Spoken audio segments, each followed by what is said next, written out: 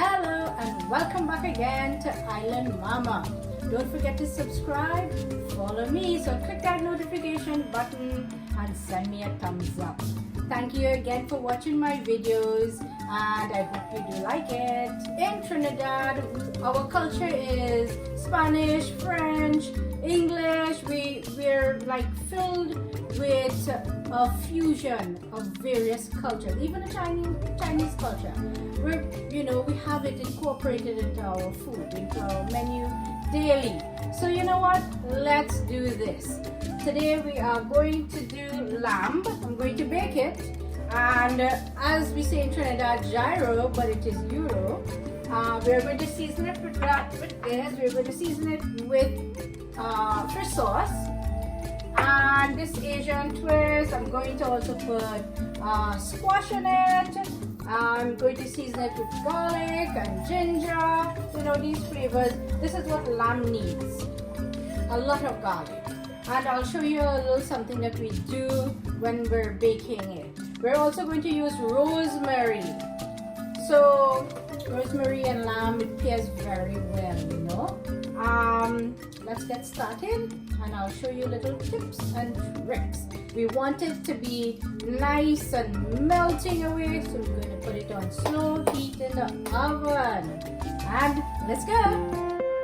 So I marinated my meat overnight. As you can see, well marinated. I took off that first filament that was here, and inside there was a filament by the rib cage. So we remove that simply by taking a fork and prying it open and peeling it off. And also I inserted garlic. Now this is a little thing with lamb. You need to make little incisions and you need to put pieces of garlic pods in it at various locations, because that is going to infuse into our meat and will get that gaminess out of it. Remember in my last video with dealing with goat, I spoke about that gaminess. Alright, so I did it all inside here in the meat cavities and here. I also blended up my ginger, I blended up my garlic, and I marinated with everything that you see here. So this is what we're doing. Here we go. So while your oven is being preheated at 315 degrees Fahrenheit, what I'm going to do today is add coconut milk into my pan. Normally you will add stock to it, and this helps your lamb to be really moist and nice. I'm covering it over with wax paper and then foiling it and making sure to seal in all the edges so that that's going to steam, and the broth or the coconut milk that is in the pan is going to help that to really get soft and juicy. We are baking this for 2 hours now at this temperature, and while we are doing this, I have other dishes that I want to prepare. Quick and easy hummus.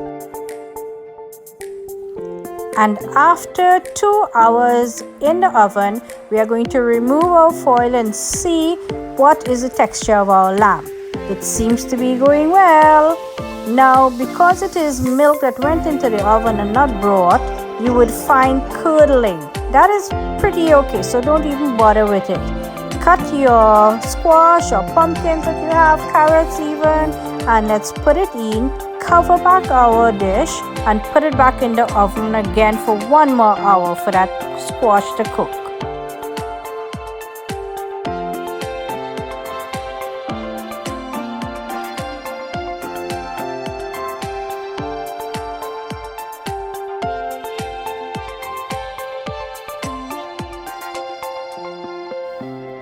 And today I'm going to make a Mediterranean rice that has raisins, olives, onion, garlic, tomatoes, and wedges of lemon or lime.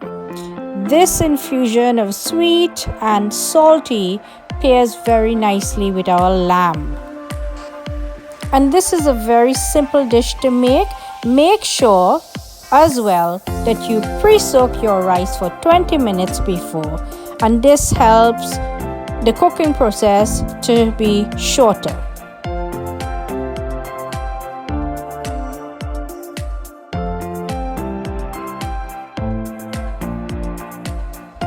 You will notice that at the end of the cooking process, my rice is going to be a little al dente. That is because in the heat, it is still going to continue cooking. So I'm putting some cashews on top of it, mixing it in and just leaving it. And after 3 perfect hours of being steamed under foil, we are going to raise our heat now, remove our foil, 475 degrees Fahrenheit, and tuck in back our lamb just for it to get brown and nice. And this should only take half an hour. It's basically just a little crunch. And here's our array of dishes, but the star of it all was the lamb. So moist.